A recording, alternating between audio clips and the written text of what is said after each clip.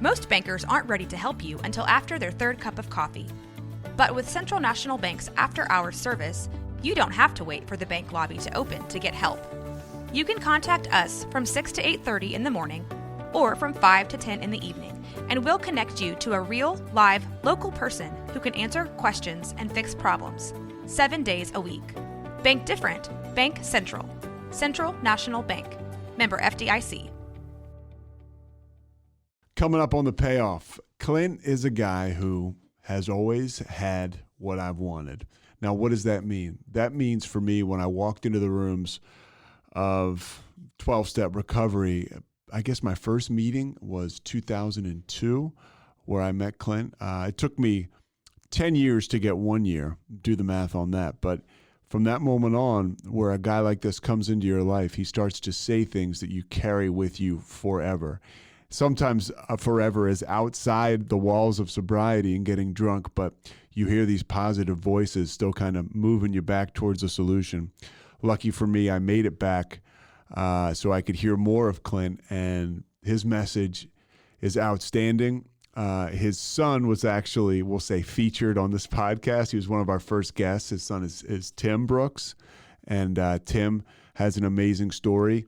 Got in big-time trouble with the law, has turned it around, and what he's doing in the world of sobriety and recovery is unbelievable. And, of course, Clint, his father, was along for the ride, the good and the bad, and we get into all of that today. Another thing we talk about, which I always get wound up or have trouble getting my head around, is the fact that, your feelings, and Clint says this, your feelings are like the weather, right, if you're an alcoholic. You can't control them, and they're going to change. And there's things like that you hear time and time again in this podcast that I think will help you get a lot out of it. All right, but before we get to our man Clint, Kevin Souza.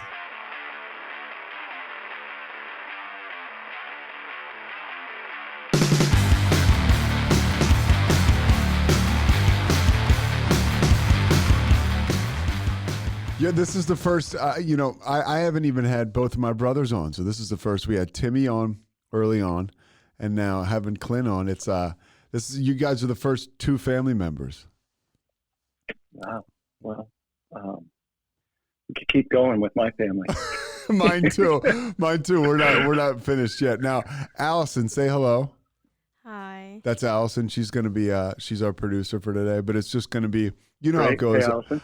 I'll give like an intro, and then you and I will just go into it. So if you're ready to get going, we can start. Yeah, whatever you want, dude. You run the show. I'm all right. So happy to be here. You've been a part of my life for a long time. Back to the first crack I took at getting sober was in 2002, and you were one of the guys who. How much? What's your sobriety date, Clint? 93. No, 11/13/93. So you had about 9 years then, and you were just living the sermon. I mean, I'm sure you could say it differently, but to me, it looked like, wow, here's a guy. You had a lot of stuff to say. It was a attraction, right? Not promotion, and it was really cool to hear what you had to say. And then when I finally got it per se, and I came back around, you were there again with a lot more time. And you've had a great influence on me, and I know a lot of other people who I respect. So it's great to have you here.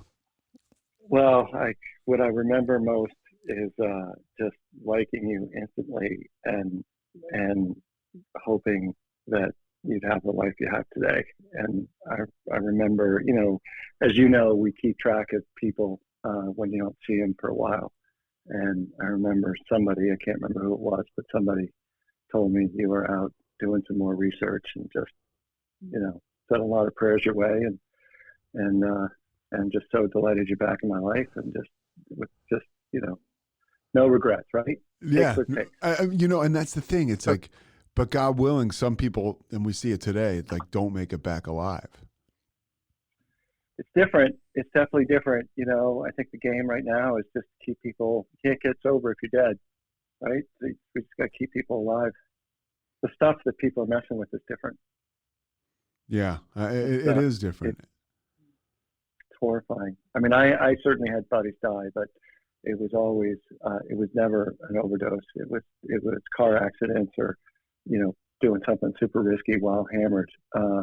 And it just, that feels different than somebody dying because they were trying to catch a buzz and some dealer put some junk in it that wasn't ever supposed to be in it.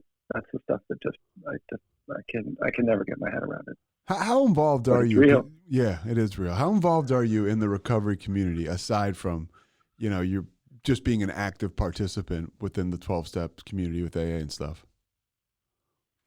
Oh, I live it, man. And I think the longer I've been around, the more it's just become, my life's gotten a little smaller related to it. I used to do a lot of other volunteerism that was outside of AA and rehabs and things like that. And I just, about a decade ago, I got to a place where it was like, hey, this is something that I'm passionate about.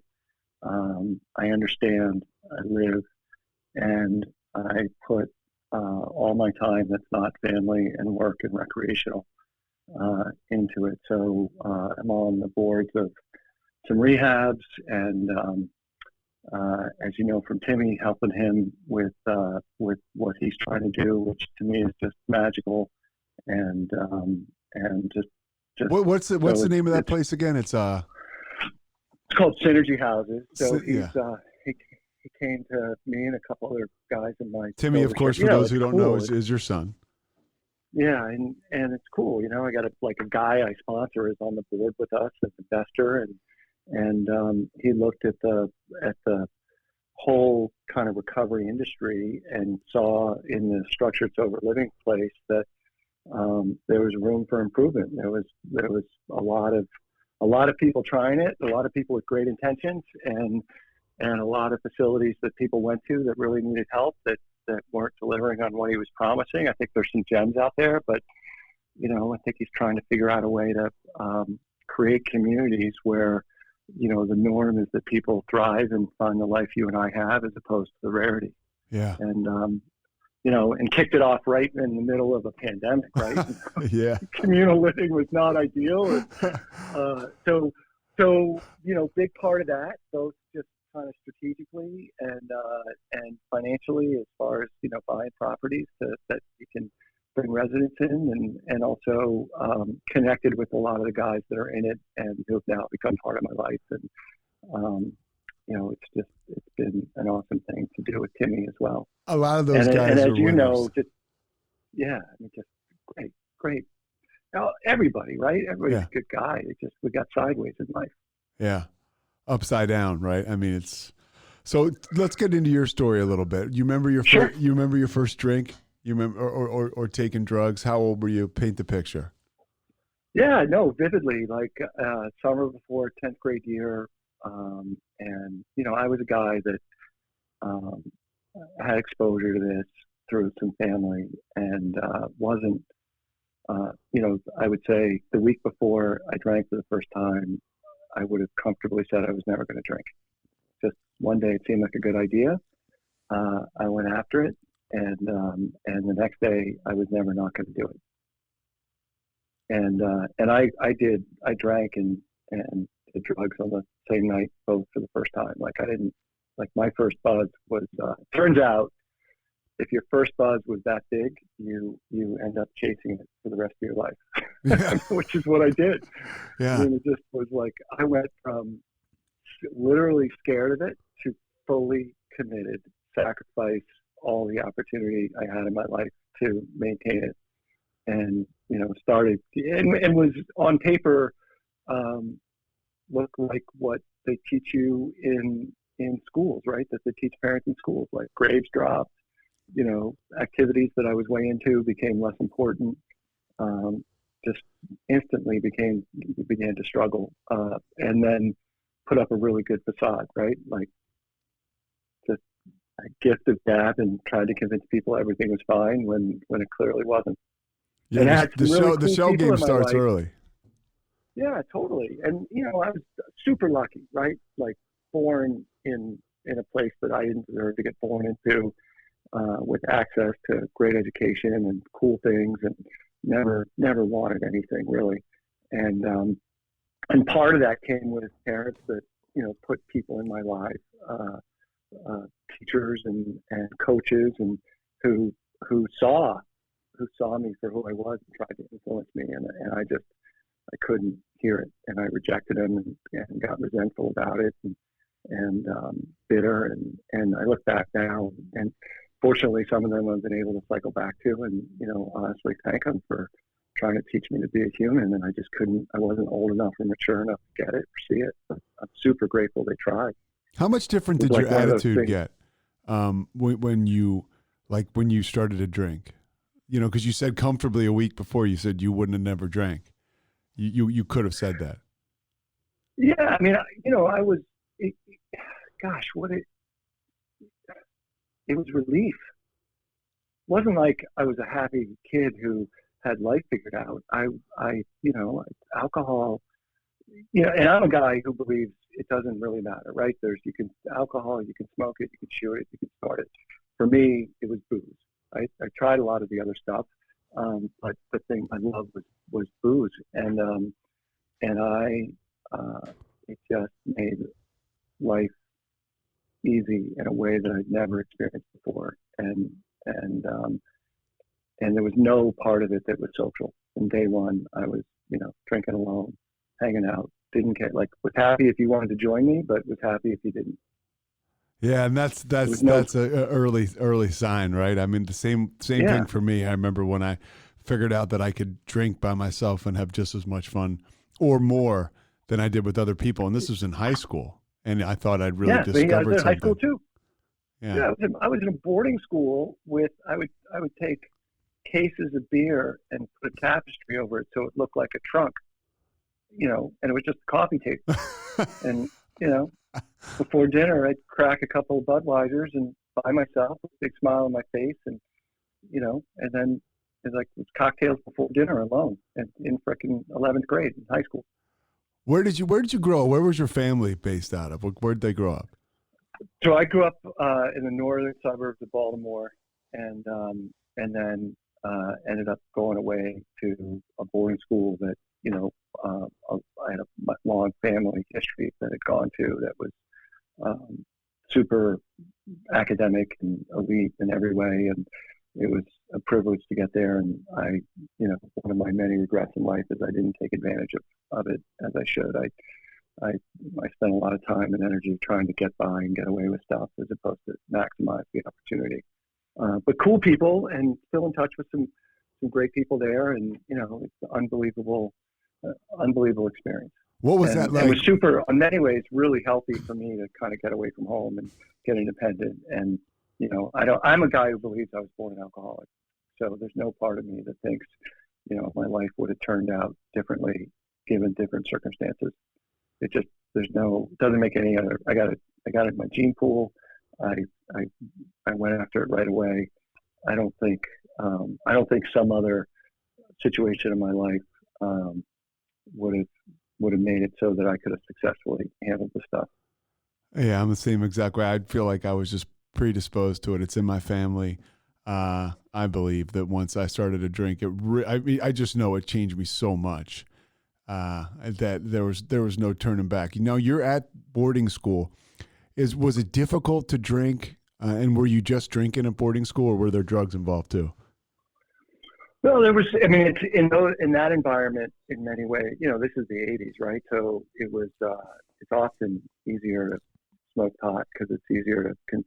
They had school rules and expulsion and all that kind of stuff, and I triggered a bunch of them. I barely got out, and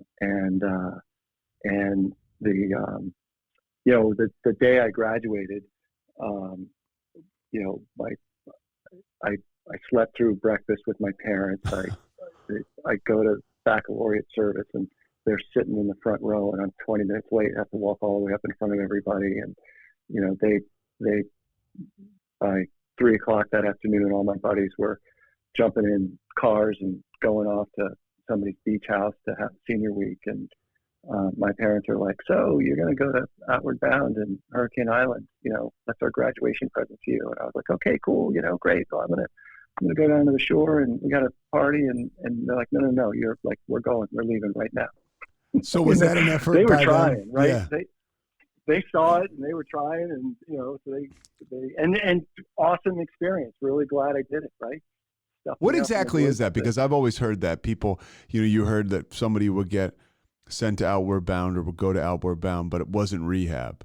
No, God, no. There's no access to drugs or drinking, and they kind of fool you a little bit, right? Like they tell you when you're packing your bag, don't bring any money. You're going to be in the woods. Why would you bring money?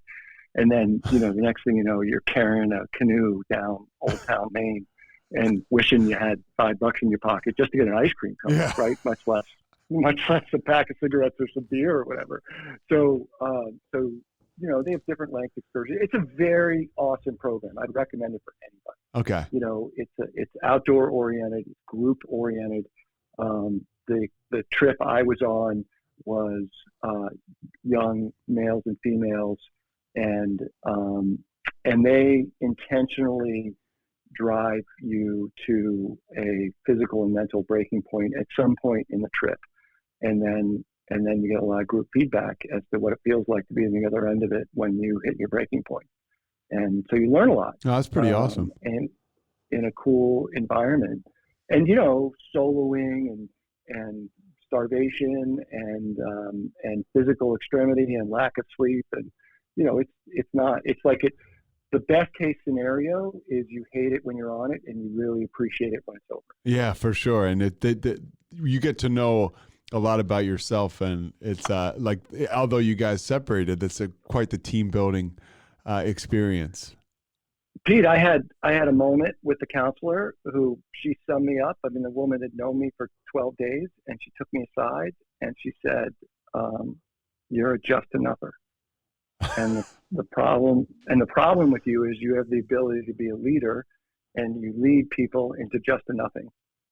And you're never going to succeed in life until you figure that out. And that was the verbatim quote, and I was 18 years old. Now, you're a smart guy. Were you like, shit, I'm found out? Totally. Yeah. Totally. Yeah. I was just like, how? She just, like, if anything, I felt bad that I couldn't fake it better than 2 weeks. Yeah. And then I was that broken guy who was intent on proving her wrong, but not by becoming not a just enougher, but by proving her that just enough would be okay. Would be enough. Yeah. I missed the second half of her statement, which is, it's not the way to live life. I tried to validate that you could succeed that way. Yeah, it's funny, and I still learn today. You take shortcuts, you're going to feel like shit. That's my experience with it. Yeah, and I think this woman's point, and certainly true to many things in my life, it's not only that, it's that I was spending so much time and energy intentionally trying to do things differently than just following good advice and direction, right? It's one of the biggest thing I learned in the program is just that the value of somebody else's experience and applying it to my life and the wisdom, and just it gets easier. Following directions. It gets easier. It's just unbelievable, right? Yeah. And I couldn't do it. I was just like, there was something about me where you said black, and I wanted to tell you why white was better. So you get done with this Outward Bound, and then do you go back home to the Baltimore area and party before you go to school? Where did you go to school? So I went to a school called Hotchkiss, and then I went off to University of Vermont. Okay. And and I worked. I wasn't just a playboy. And I worked hard. I had jobs, baling hay and stuff like that for the summer. But they were always in really cool environments. In many ways. But your parents were kind of determined to teach you a work ethic, in a sense. Oh, yeah, for sure. Yeah. Yeah. No, there's nothing that I did to myself that I could look back on and point my finger at my parents and say, I tried, right? Yeah. That was part of the pig pen, created dust ball, and it's everybody else's fault. But no, it was, good people trying really hard, doing stuff like, hey, let's put them in the woods and give them that experience and come back in life. And I had moments of being really motivated and intent on it, and then just couldn't add alcohol, and all the best intentions seemed like a bad idea. Did you ever try to stop, like when you were in college? Was there ever any? When did the light bulb go off So in your my brain? freshman year got really dark. I failed miserably at college, and part of it was I couldn't even. I just drank and partied. I smoked a lot of pot. I was in a triple, and all three. None of us got ass back. Oh. I mean, we just took it and I don't. If I had to own taking those two guys down, I probably should, right? I wouldn't point my finger at them. We were just, none of us were healthy for each other, but I would have to say I was the instigator. And I had some really dark moments, right? I knew I was failing. I was keeping it to myself. I wasn't reaching out for help on any level. And, and you're kind of just stuffing it, right? Totally. Yeah. And really dark, like moments of, my parents sent my older brother to pick me up from college, and he showed up, and I told him I was expelled, and I don't really remember the conversation, but I was kind of like, I think you better drive, meaning like, that edge of the cliff might look pretty good. You don't want to be in the car with me. I was terrified to come back and tell my parents who had, spent a lot of money to make sure that I had a really good education, and I just majored in hanging out and walking around. So you get home and what happens? I went to my first, my dad was awesome, and my parents were like great at major disasters, not so great at like, how come you didn't clean up your room or make your bed? That's of course, right? Uh-huh. Great at being balanced in the midst of a crisis, and so it's not like they're screaming or yelling or anything. It was just hey, this isn't. Dad's super logical guy, and I went to my first A meeting. It was May of 1985. And what happened? What was the impact it had on you? So I got sober. For, there was no part of me that didn't buy in right away. There was no part of me that my parents arranged for me to go and work for a sober woman in northern Canada for the summer as a job and take care of her. She had a bad back. And the requirement that she put on me was that I had to go to an A meeting every day. And we were in rural northern Canada in a cabin in a lake. And, that meant, on Sundays, the meeting was right in town and I could get there in a boat. And on Wednesdays, it was a boat and a 100-mile car ride. Wow. Like it was, there was a meeting every day, but it wasn't dirt roads and it was the same 12 people, just one day a week. It was closer to somebody else. Yeah. You're not hopping on a Zoom, that's for sure. Yeah, totally. And it was a really cool experience. And I remember it being really good. And then one day it seemed like a really good idea to buy a bottle and drink. And were you still up in Canada? Yeah. Because this woman kicked me out. She caught me like right away. And she told me, I came home with tail between my legs. And I think I pretended to go to meetings for like another month. And then my dad sat me down, and this was another like massively profound moment in my life. My dad sat me down and said, what are you doing? And I was like, I'm good. Gave him some line. I got meetings on tape. I listened to in the car. And yeah. It's like, that isn't the way this thing works. Yeah. And then he said the thing that just made all the difference, not that moment, but later in my life. He said, I said to him, I was like, Dad, I really think it was the Coke in the pot, and I'm 19 years old. And I've never tried just drinking, and I just can't get my head around it right now. And I think I'm going to try life like, I get the drugs and I get they took me down, but I've never just tried drinking, and I'm going to try that. And I didn't expect him to respond to that well. And he said, I totally get it. And that if you're an alcoholic, you'll be the last one to know, and that people in your life will try and tell you and you won't want to hear them. So my advice to you is listen to the people in your life. And that was it. He never, I went on to get kicked out of college a couple of more times. And then let me stop you right there, by the way. That's something that's a little moment that you can use to somebody who you're talking to. Because that is, I've never really heard it broken down like that. I've heard you mention it before. You'll be the last to know, but to be able to maybe pass that on, what your father said to you, to somebody that's trying to bargain with you, right? Because we all have alcoholics in our life, and sooner or later, as you know, they end up maybe being your children or whatever, and they're going to say stuff like that, right? Because that's what we do. But it's planting that seed. I got to tell you, like, I think if I'm honest with myself, when my immediate reaction to that conversation was like, wow, that went better than I thought. And then 7 years later, my wife has my cheeks in both her hands, and she's screaming at the top of her lungs, you're an effing alcoholic. And my mind was like, oh, this was what my dad was talking about.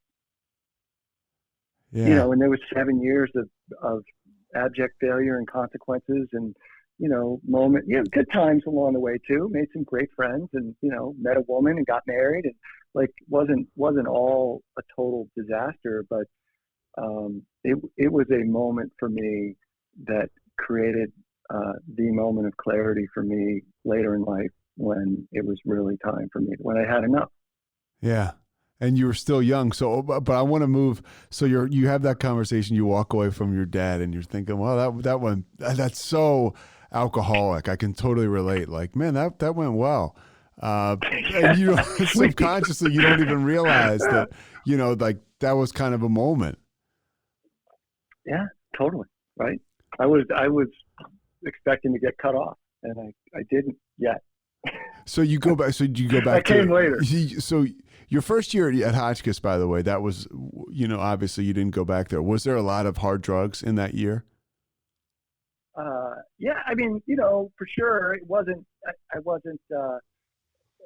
Hard drugs in the '80s was blow. Yeah. We weren't really touching much. I knew a couple people doing acid. I got to tell you, the drug thing for me, there was moments in my life where there wasn't anything I didn't try, but deep down inside, I knew I had a control issue with this stuff, and I was a little wary of hard drugs.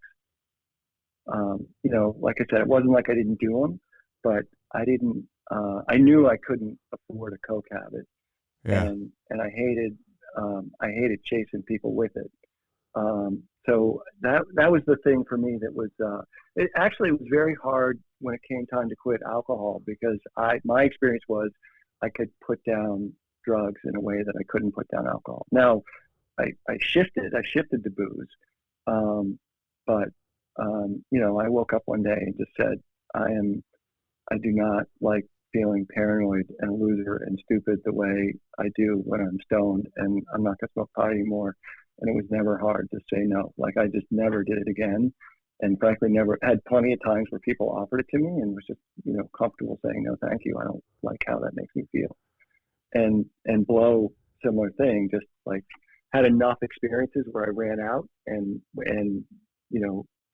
was knocking on bathroom doors, asking people to let me in so I could get some more. And that felt grunty and crappy, and I just didn't like going down there anymore. So I got to a place where people would offer to me, and I could easily say no, thank you, because I could play the tape forward and I know what it'd be like in 6 hours, and I didn't want to start that process. And those dots never connected with booze. Well, and it's like, it almost makes sense that you were pretty sincere when you were talking to your dad. It was this other stuff, and maybe because again, you're the last to know. You didn't know yet, so you go back up what led you to Vermont? I didn't get in anywhere else.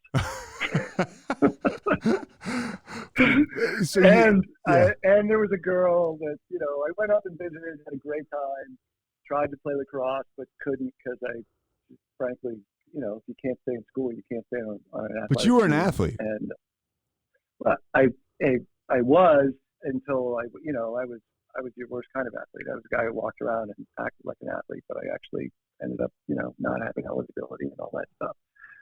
The stuff that comes with making booze your number one priority. Yeah.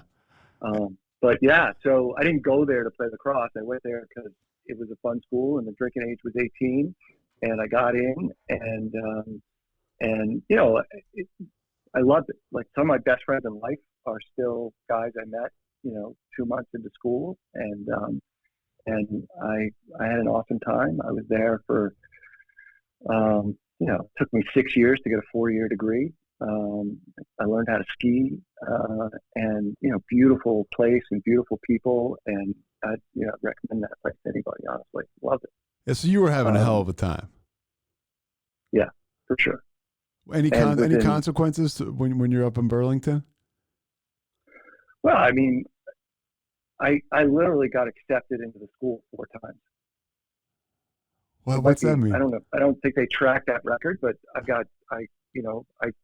the last time I was, writing letters and having personal meetings with the dean and the president. And I had a great comeback, man. I was, good first impression, great comeback, and it just, can never hold on. Yeah. and DUIs and I get a lot of stuff, a lot of consequences. But I would say major, right? And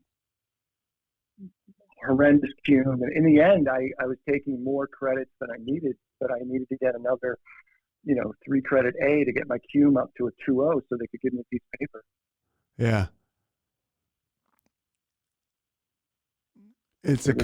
So you finish up there, and then it's on to New York City, right? I mean, and what? Yeah, I met this woman, and we were. She's awesome, and we decided to move to New York together, and tried to make a career and kind of live together. Had separate apartments, but sort of ended up living together, and eventually got engaged and had a bunch of failure. Got fired from a bunch of jobs, and was in sales, but didn't work. That last got married in '91, and that year, 1992, was a dark year for me. It was, I knew I had a problem, and I don't think what I had, what I never imagined, when boozing's fun, and maybe you're getting consequences, right? Maybe you get DUI, maybe a couple, black out and do some stuff you're embarrassed by, but I had some, I got to a place where I couldn't catch a buzz. I was chugging vodka in the middle of the night, waiting for a buzz that never came. And it's really depressing when you, when I was trying to convince myself I was okay. It's hard to be standing in a closet chugging a bottle of vodka with a voice that's trying to tell you that this isn't alcoholism. Yeah, you're okay. Yeah, this is under what circumstances would this be okay? And you're in a closet because you're married, and now there's somebody else in the picture. And I have to imagine pressure is building there. So you mentioned you go to that first meeting in 1985. Any meetings in between, and was that you're sober for a little while, you're going to meetings in Canada, but no more meetings after that? Nope, just 7 more years of getting after it, and not necessarily maybe outwardly succeeding. Like, met a woman, got married. Awesome, greatest thing that ever happened in my life, and under circumstances, maybe the only good thing that was going on during that. And graduated from college with a really sketchy track record through it, and so had moments of sort of knuckling down and pulling together and feeling like I was going to figure life out. And made some good friends in New York and had a great time, and then just I was the kind of guy that like, I'd go out with you on a Saturday and we'd go huge. And then I'd have another guy that I go out with on Sunday and another guy I go out with on Monday. So you might not know that I was doing it every day of the week. I was just the guy going huge with you on a Saturday. And it's easy to find those people in New York City. Yeah, it's great, right? Yeah. And then on top of it, I was closeted, right? So I had this whole stash that I was embarrassed at the quantity that I was consuming, so I didn't let people see it. So, you mentioned too your wife. How did you are somebody who is a real good example of a healthy relationship and sobriety. But before the healthy relationship, there was the drinking. How did you pull that off? How did you not, separate or split up? Because I'm sure you were putting her through hell. Yeah, I mean,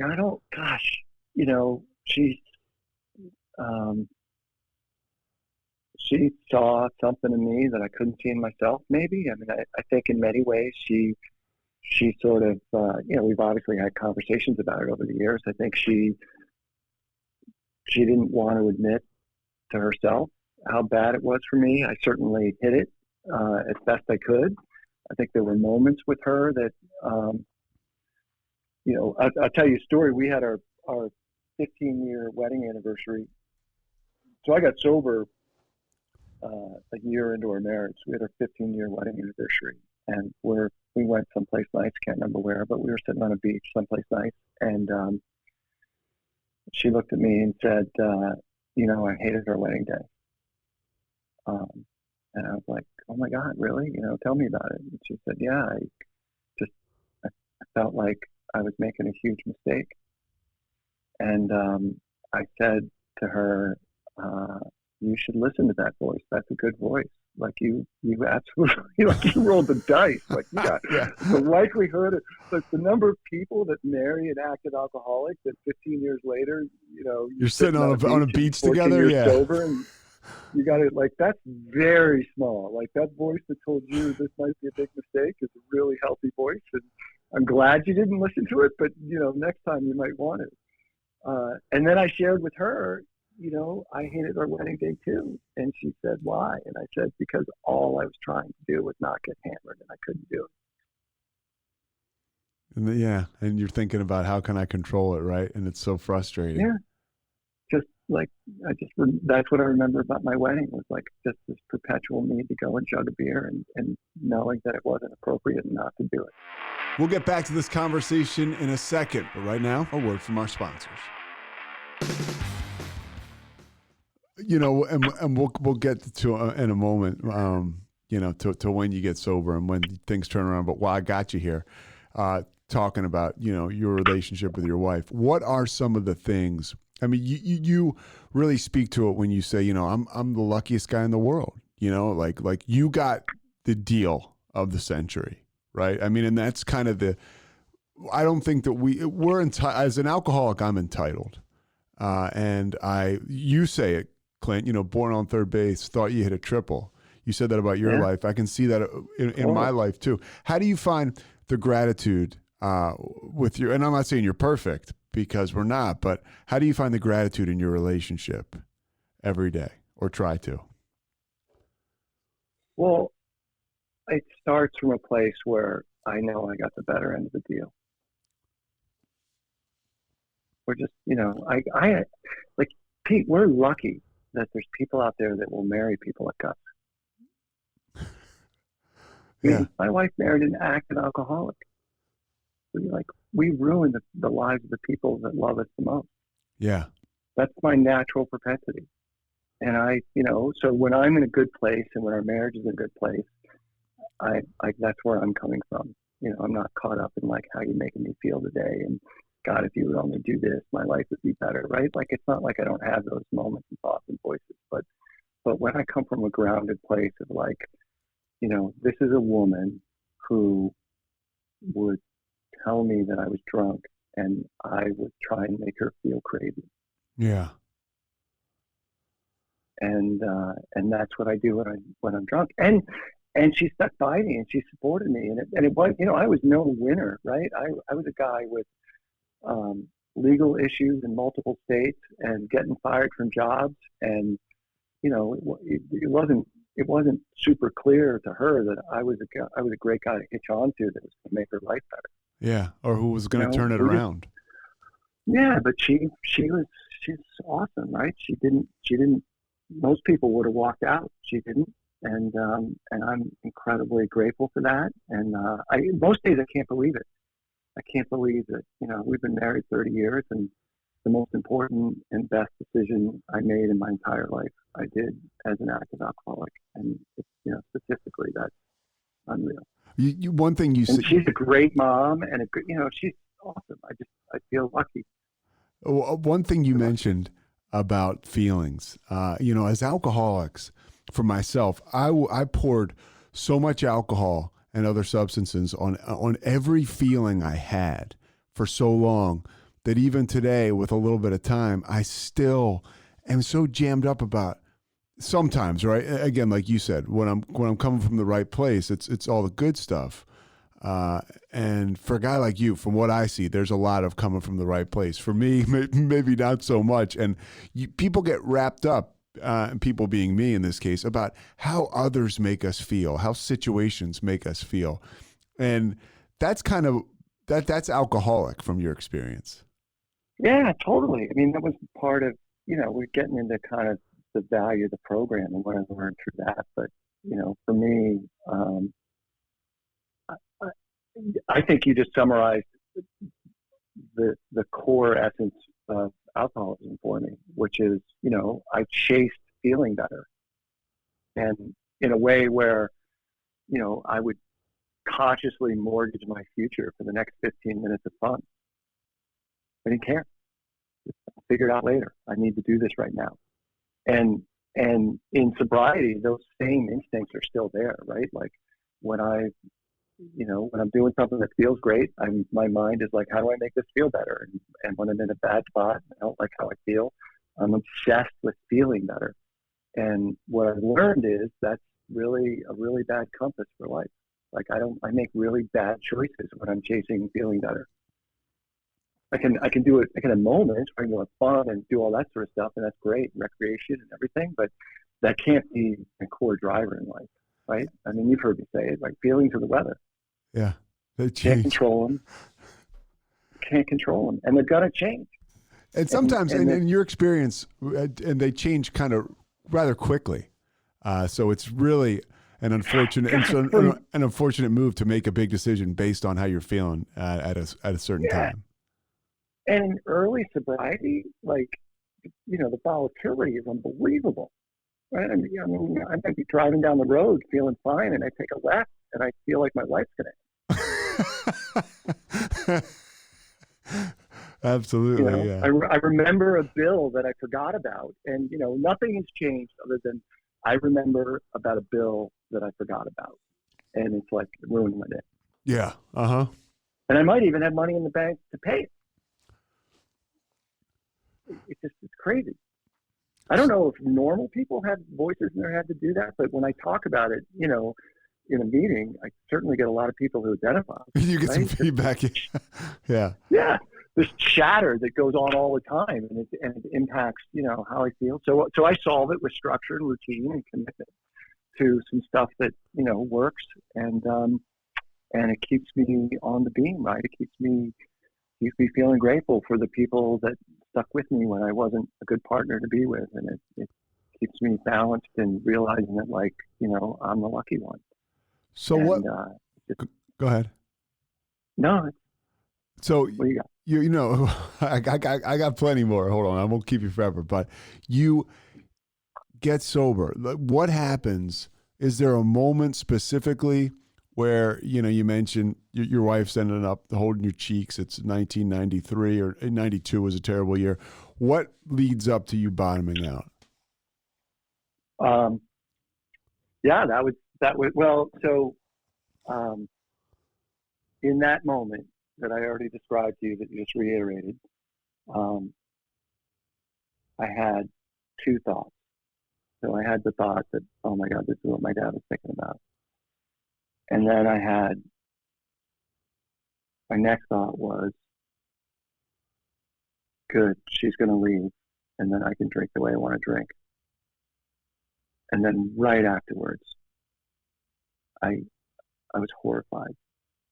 I was horrified that that's actually what I thought, and that the idea of choosing alone with a room full of booze was more appealing than being there with this woman.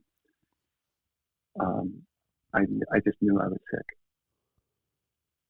and so I gave her the reins, and and I did not go to inpatient rehab, but I went. So you gave her the reins, and you said, "Hey, whatever you need me to do, I'll do it."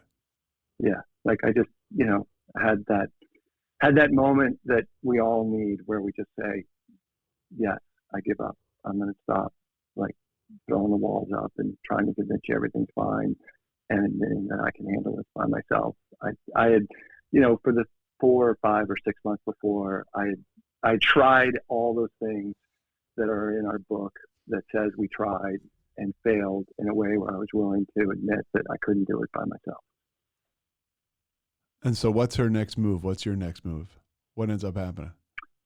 So she made some phone calls, and, I had rehab as an option, and somehow I talked my way out of it. I frankly, what I remember was, you're still at it, Yeah. Well, I had such a lack of confidence that I felt like I wanted to save rehab. For when it gets worse. Yeah. Yeah.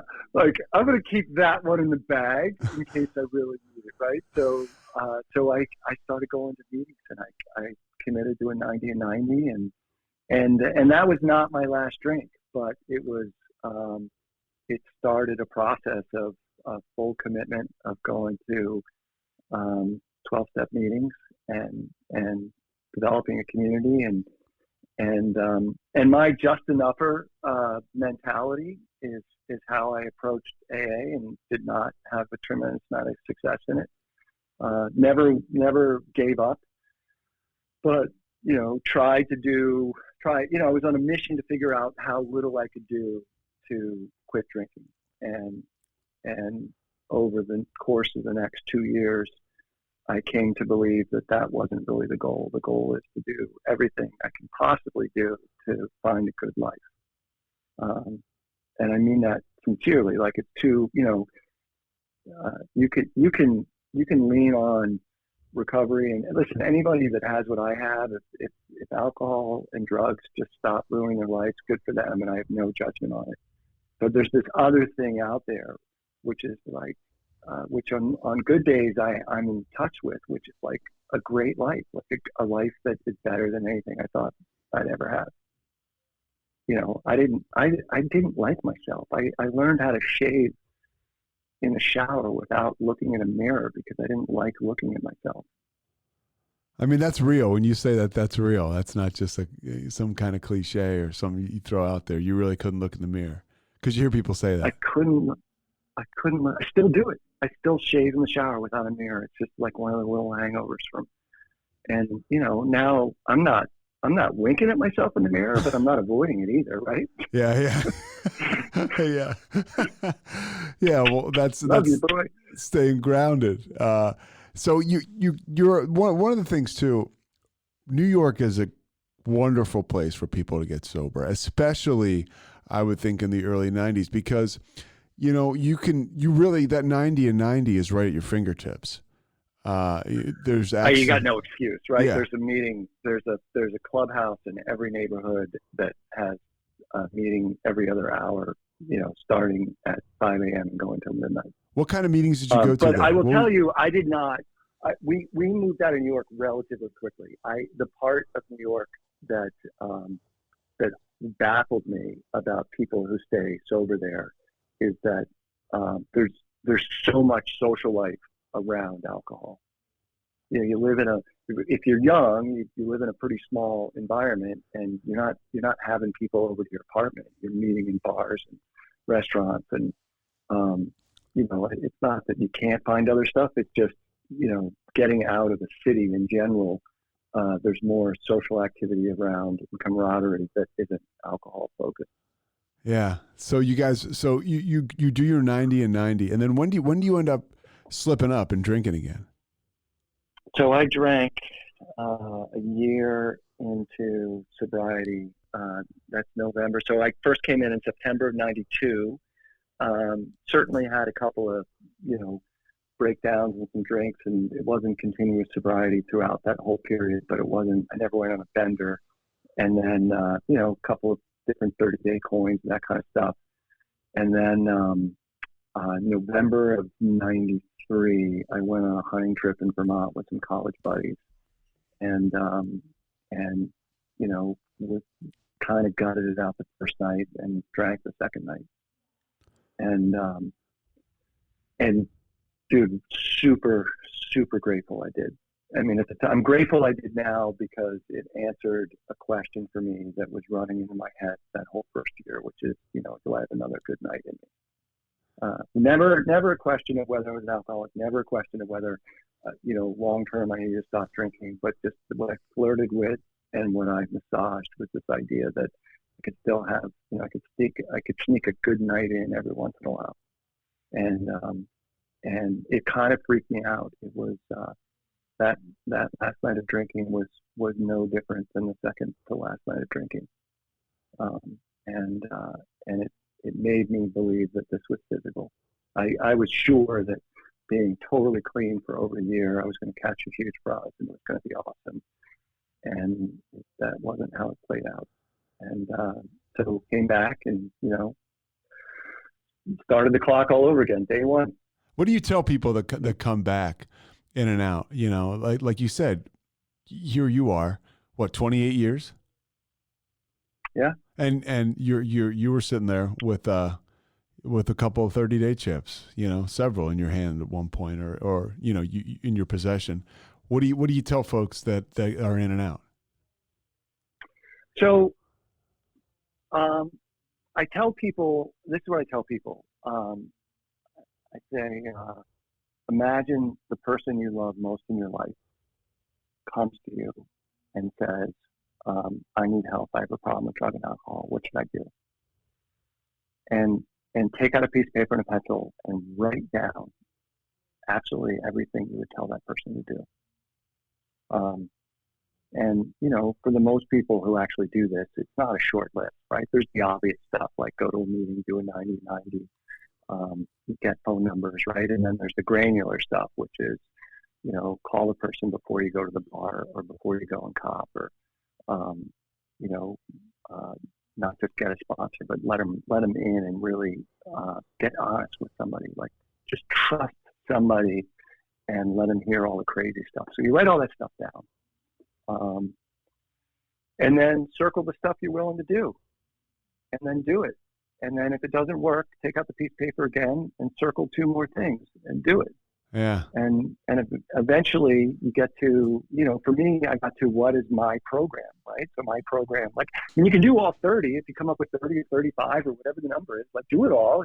You're definitely gonna work, and you're definitely gonna find a happy life. But my experience is it's the nature of who we are. That nobody tries it that way. I think we all are trying to figure out, what's my the least problem. amount? Yeah. So I had this sponsor, and gosh, he's awesome, right? And he took me aside one day and he said, why don't you want to have a spiritual awakening? And you know what that means, right? There's the 12th step of the 12th step says, having had a spiritual awakening as a result of these steps. And what he was really saying to me is, you're not doing the work. And I don't understand why you're not doing the work, but I see that you're not doing the work. Why don't you want the end result of it? And he wanted an answer. I mean, he just sat there and didn't say anything and looked me in the eye, and he wanted me to answer it. And I answered him. I thought about it, and I answered him as honestly as I could at the time. And what I said to him was, it's not that I don't want to have a spiritual awakening. I just don't want to do what you did to get it. Yeah, that sounds familiar. I think that's a really common, I think that's, people who are early to this thing, that's a pretty common thing, right? We just, it's not that we don't want it. For me, it was a combination of not really believing it, not understanding how cool it was. I mean, you know, when you finally, I got to a place where I liked who I was and I liked my life and it worked. And what I did to get there was, you know, I beat myself up a lot. I took a lot of punches and I tried the hard way a lot. And then I finally, ultimately, what started working for me was the stuff that, you know, half the stuff they tell you as a third grader, and I missed it then. Yeah. Yeah, I mean, and you can be too, quote unquote, you know, too cool to get this thing. You're too cool to understand how cool it is almost, because you don't want to do the bullshit. And the more and more you compare yourself out, the more and more you're making yourself subject to, you know, fatality nowadays, right? I mean, just going out there and dying. You stick around. How does your life start to change? What gears are you able to discover in sobriety? Yeah, and you can absolutely overthink it, right? I overthought it. It's like the life and what I call my program, what I live today, is infinitely more simple than I thought it would be. Yeah. Even the whole higher power thing, I struggled with that whole concept. I didn't, you know, I just didn't. I would think I was truly.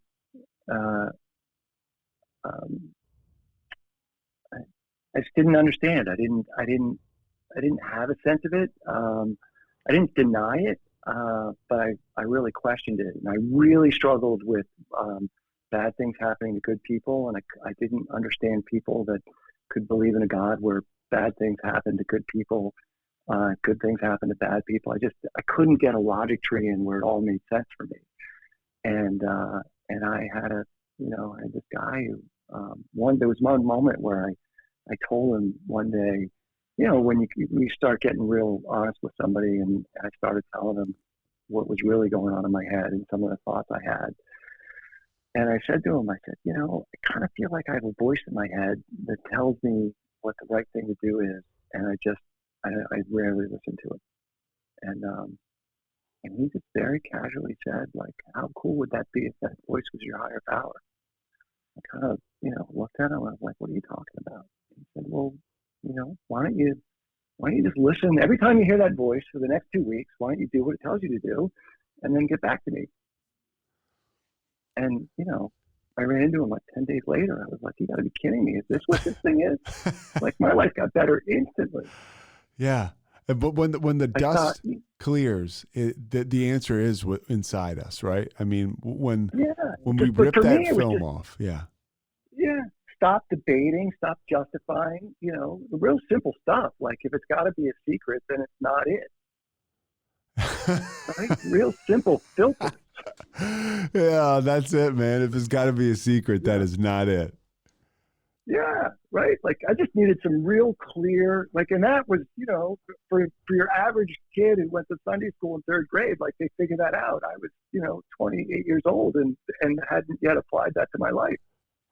So when you do apply it, what kind of stuff starts to happen for you? Well, that's the magic, right? The magic happens. Stuff happens that you can't even explain. Just life gets easy. Like, in a way that doesn't even make sense. Business gets easy, relationships get easier, you know, just less tension, sleep better, like some instant, really pragmatic things that couldn't be, your logic tree doesn't have it related. It's just what we call the magic. You said something. Go ahead. Go ahead. Well, you said something the other day about just how much your life has even changed, you know, from being, I don't know, 15 years ago, however many years you had then, to now. Just when you practice these principles, like the principles that we learn in 12 steps, right, in sobriety, when you're able, the answer is integrating them in all of the things you have. You know, I like to decide, okay, my priority today is going to be work, and tomorrow, you know, I'll get to a meeting, and it's all one, right? It's a spider web. It's all woven together. I think a lot of people, myself, I'm talking about really, you struggle with that, integrating sobriety into, because it's like, oh, I can't go to a meeting today. I've got work to handle. But really, if you go to the meeting, everything is going to take care of itself as far as work is concerned. You've experienced that. Yeah, well, and I don't want to come across like I'm really great at this, and I make plenty of mistakes, and I get plenty of regrets. Yeah, we can always get your wife on if she. Yeah, Yeah. yeah, totally, right. And Yeah. but I subscribe to this process that when I do, I have to own them and apologize for them, right? So that's the beauty of it. But so that spiritual awakening that guy challenged me to go get, that eventually motivated me to follow the directions that definitely leads to that, for me, was way more pragmatic than it was spiritual, right? It was just this idea that, I had all these things I wanted in my life, and I went about it by being a taker. And it turns out if you become a giver, I end up getting better than what I ever wanted, not doing it the way I tried to do it. And you learn that, there's no way you learn that if you're not an alcoholic. Yeah, and the what we subscribe to promotes being a giver, right? It promotes being there for other people and caring about other people and reaching out and all that kind of stuff. And as you see that working in the community we're in, it's not hard to try and apply it to work, or it's not hard to try and apply it to family. And which doesn't mean I got great relationships with everybody in extended family or anything like that. It's more about what am I trying to achieve, and what do I need to do, or am I trying to create a relationship with somebody in a way that they're never going to value it, reciprocate it. So maybe that's just somebody I'm not going to have a relationship with, and that's okay too. What about you from 30,000 feet? Your life is looking out of this world. I'm not going to deny you any of the hardships you had in achieving things along the way, or just hardships because of mistakes. I mean, you mentioned it, nobody's perfect, but on paper, things are going swimmingly. And then, we mentioned Timmy, right? Your son. Yeah. Timmy didn't wake up and decided he wanted to get into the recovery field, so he found his way there. And you were a big part of that. I mean, that might be a whole separate podcast. I know, but I have to touch on it. I mean, just as a guy, I was going to meetings around the Philadelphia area. Tim came back home. And the story, people can find it wherever they want. He gets caught up in this whole situation with drugs, dealing drugs with guys locally that he went to high school with. And it's one of these things where, because of the area it's in, this is my opinion, you can please stop me or interject or get it straight after I'm done.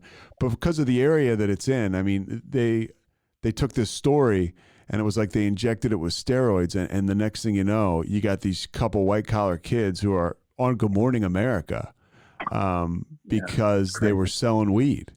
And the shit had hit the fan. And, oh, by the way, here's dad who is, decades sober. I mean, I guess the only blueprint for that is sobriety, but how do you handle that?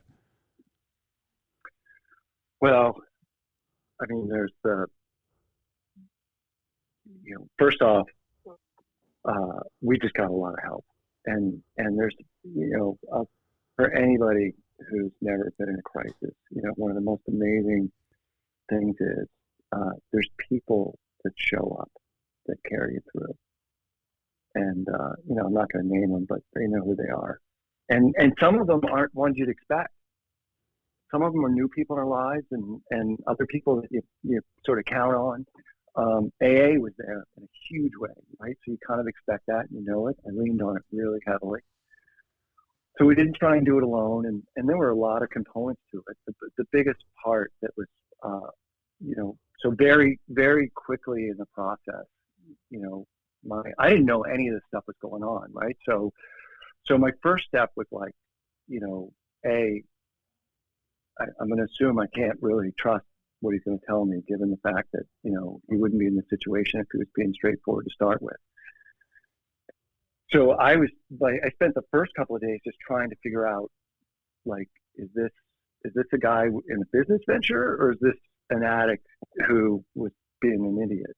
And it pretty quickly became clear to me that it was the latter. Yeah. And that gave me singular focus, right? You outsource the legal stuff.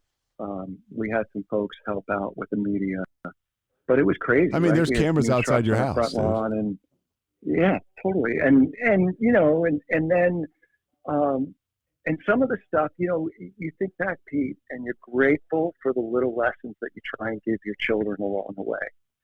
So, one of the things that I've told all my kids is that, we're the lucky ones. We're the lucky ones. Like, in a very real way. Like you're a white male who's grown up in a really wealthy suburb with access to elite schools and vacations and country clubs, and nobody is ever going to feel sorry for you. And I mean it. And I don't mean they should. And it just like I'm a guy I've taken my kids to a slum in Kenya to expose them to, how millions and millions of people in this world really live, and just to try and get some sense of gratitude in their life and some clarity. It's hard. It's hard to, get kids not to be around in the areas that we go up and be around, and access to wealth and comforts, and not to take them for granted and feel entitled to them. And it was one of the things that I learned too late in life. So one of the things that I had told my children, like, don't put a bullseye on your back, right? There's plenty of people out there that would love to see people like us go down, and don't ever give more. Like, our obligation in life, when you're given so much, is to give back and make the world a better place. And Timmy missed that memo, and he learned a really hard lesson, and he owned it, and now he lives that memo, right? And to me, it's unbelievable. I have no idea what the odds are for a kid in his situation to end up where he is now. But man, it's unbelievable. I'm so grateful. It's amazing. I mean, it's amazing the work he does in sobriety. I got, we're all kind of connected in this great thing in sobriety. We're involved in it, and he's constantly talking to other guys. Hey, I got a kid I need you to sponsor. One of the kids in the house, and it's just he's keeping people involved by being involved. And it's a pretty awesome thing. You were so involved in recovery. Again, I was around that area at the time this shit hit the fan, and you walked it. You walked in those rooms. You'd got your hand up, and you would share, and you would talk about the circumstances you were in, which were ugly at the time, and how you felt, how you were scared, how you didn't know what was going to happen. Here was a guy who you never walked around like you had it all figured out, but you certainly hadn't hit a wall like this. But you were vulnerable. And then, I get to see you now on the other side of this, and you're as light as a feather. I mean, that I can't even imagine what an experience that would be like. But you walked through it in the rooms of recovery. I mean, Pete, I can't even explain it.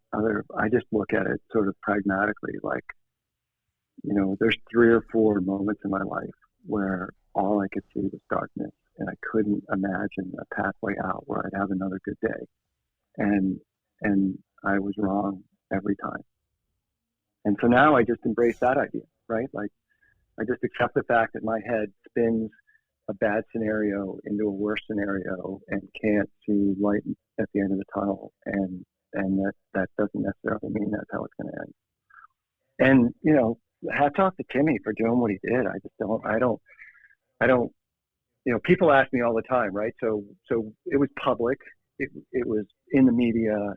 It's kind of, there's no anonymity or confidentiality as to what happened. And frankly, I'd rather tell people what really happened, because most of the stuff in the newspaper wasn't accurate. So I get parents reaching out, and I get kids reaching out, and, what did you do? How do you do it? And I literally say, like, listen, if we did 100 things, I would do all 100 again, because I don't really know which ones mattered. I don't. What I know is that it was really clear to me Timmy had an addiction problem. He had a legal problem, he had a media problem, he had an addiction problem. And the only thing I knew how to deal with was the addiction problem, and I knew I wasn't going to be the guy to do it, but I knew that there was a pathway. Because with family and stuff like that, it's just, you did a great job by handing them off to guys you trusted in the program, and they kind of took the reins from there. Yeah, well, I mean, it was obvious, right? If he listened to me, he wouldn't be where he was, so he wouldn't have listened to me. But so I'll give you one takeaway, and this is a big model that's in his synergy houses right now. Is, I asked him as he got healthy and well, and we got really close because of just the nature of he got honest, and it brought us close together. And he needed help. But in retrospect, I've asked him, like, of all the things we do, what do you think what's something that really you think made a difference? So one of the things he said was, I connected him with people like you, right? Like you connected me with people that made sobriety look appealing. And guys like you and Pete and Scott, did what you do, right? And you take the phone call and you're like, yeah, I'll take him out to lunch and breakfast and talk to him, and Mike, and golfing and sit with him in a movie theater, and so that component of it has been something I've adopted since, which is very practically, like I don't know that we always do people, the guy who comes in and he's on his third meeting and he's shaking and sweating and doesn't know what's up and wrong. And the advice we give him is, find somebody who has what you want and ask them to be your sponsor, right? So that's typical advice. Mm. Yeah, I don't know that we do that person the right service. I think what we could do is say, hey, let me find you a sponsor who I think would be a really good person for you, because that's the person that might change that guy's life might only show up. He might be 25 years sober and shows up at a 7 a.m. meeting in Rosemont that dude is never going to go to and meet that guy. Yeah.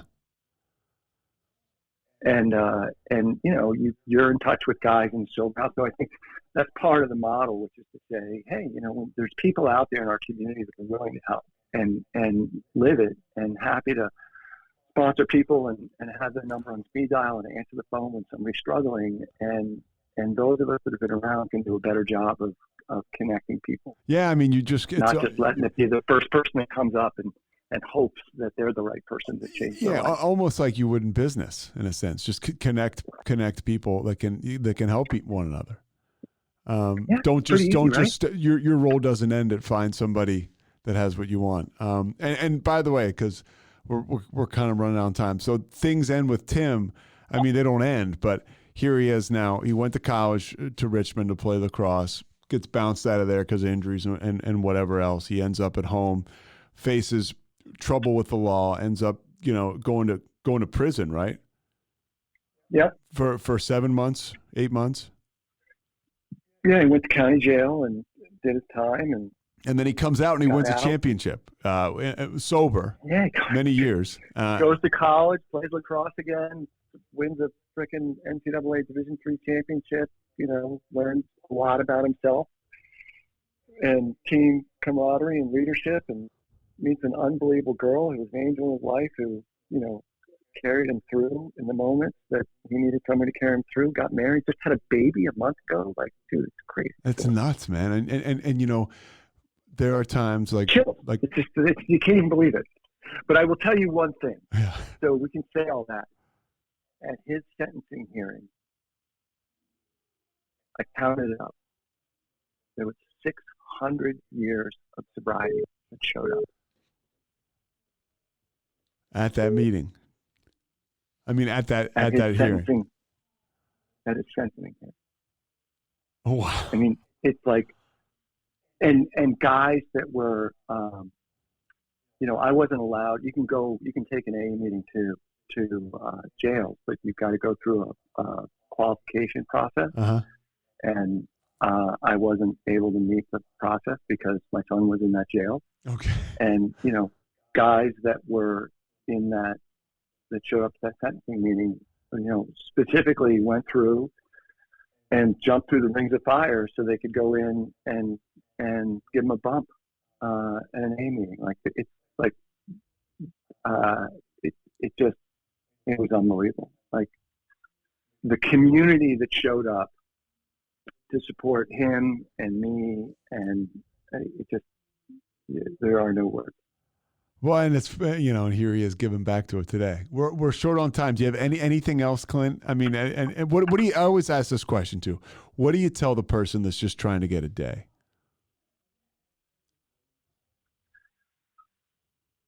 I would say, I've so been there and I so get it. And if you're thinking about anything else other than how to put your head on the pillow sober that night, you're thinking about the wrong thing. Just get a day. Just get a day. I got 90 days literally, because every day I said, if I feel like this tomorrow, I'm definitely going to drink. And then I'd wake up and I'd feel the same way. And I'd say, if I feel like this again tomorrow, I'm definitely going to get a drink. Today is not the rest of your life. And we all, here's a great line that I use all the time, which is,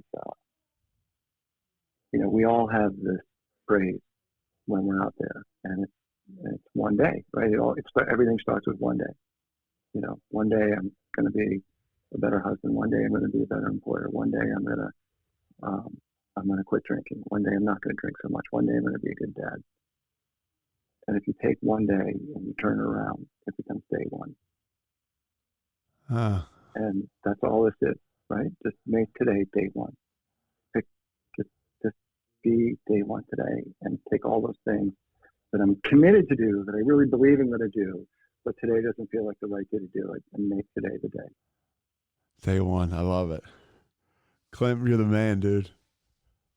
All right, buddy. I appreciate Love what you're doing. Yeah, I appreciate your time, dude. Thanks for being. and Pete, listen, I'm so glad you're back in my life. I really, truly am. And I love you tons. Been watching. I just feel, you're a great guy, and appreciate you a lot. I love you, Clint. It's great to be on the ride with you, man. I appreciate it. All right.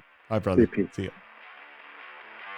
Thanks so much for listening to The Payoff with Pete. Once again, I'm Pete Souza. And of course, we are part of the Rogue Media Network. All kinds of good podcasts you can find at roguemedianetwork.com. And of course, you can find this podcast and all those other ones wherever you get your podcasts, iTunes, Spotify, other spots like that.